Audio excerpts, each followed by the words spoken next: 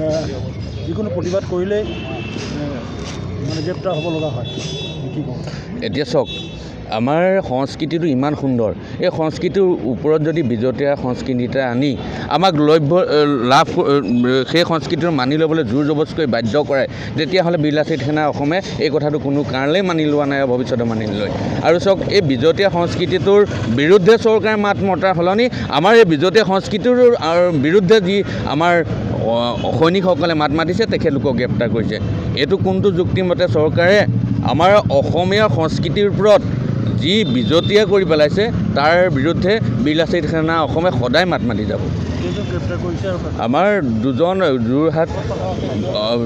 জিলা সমিতিৰ সভাপতি সম্পাদকে প্ৰমুখ কৰি 7জন সৈনিকক গ্ৰেপ্তাৰ কৰিছে আমি আহ্বান জনাইছোঁ যে সেই উলংগ বাবাজনক গ্ৰেপ্তাৰ কৰক আৰু আমাৰ সৈনিকসকলক বিনা চৰ্তে মুকলি কৰি দিয়ক চাওক প্ৰতিটো জাতিৰ এটা সংস্কৃতি আছে প্ৰতিটো সংস্কৃতিকে আমি সন্মান জনোৱাটো উচিত কিন্তু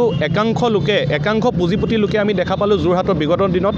যি আপোনাৰ নগ্নভাৱে এজন বাবাক মাতি লৈ তেখেতসকলৰ কিছুমান গাইডলাইনছ আছিলে যিখিনি গাইডলাইনছ তেখেতসকলে ফ'ল' নকৰিলে নাভিৰ তলৰ পৰা সেই বাবাজনক তেখেতসকলে ঢাকি আনিব লাগিছিলে চাৰিওফালৰ পৰা ঘেৰি পেলাই আনিবলগীয়া আছিলে তাক লৈ যোৰহাট জিলা প্ৰশাসনে বীৰ লাচিত সেনা অসমৰ যোৰহাট জিলাৰ সভাপতি সম্পাদককে ধৰি 7জনকৈ ব্যক্তিক আটক কৰিলে আটক কৰাৰ লগে লগে সেই কেছটো তেখেতলোকে বেল পোৱাৰ পাছতো তেখেতসকলক এক ভুৱা গোচৰত ফটাশিল থানালৈ নি পেলাই বৰ্বৰতাৰে আজি যোৱাকালি তেখেতসকলক জেললৈ প্ৰেৰণ কৰিলে এই জেললৈ প্ৰেৰণ কৰা বিষয়টোক লৈ আৰু নগ্ন বাবা অপসংস্কৃতি অসমৰ কালচাৰত অহাৰ কাৰণে আমি বিৰোধিতা কৰি আজি অৱস্থান ধৰ্মঘট লৈছোঁ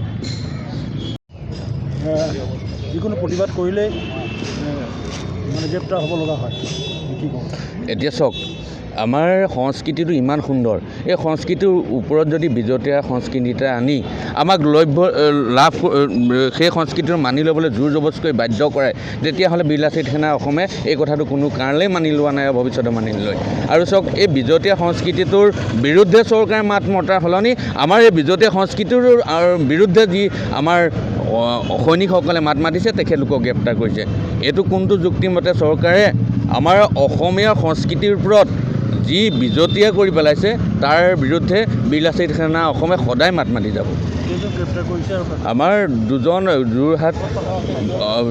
জিলা সমিতিৰ সভাপতি সম্পাদকে প্ৰমুখ কৰি 7জন সৈনিকক গ্ৰেপ্তাৰ কৰিছে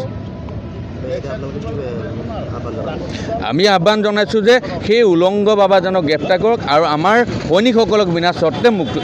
মুকলি কৰি দিয়ক চাওক প্ৰতিটো জাতিৰ এটা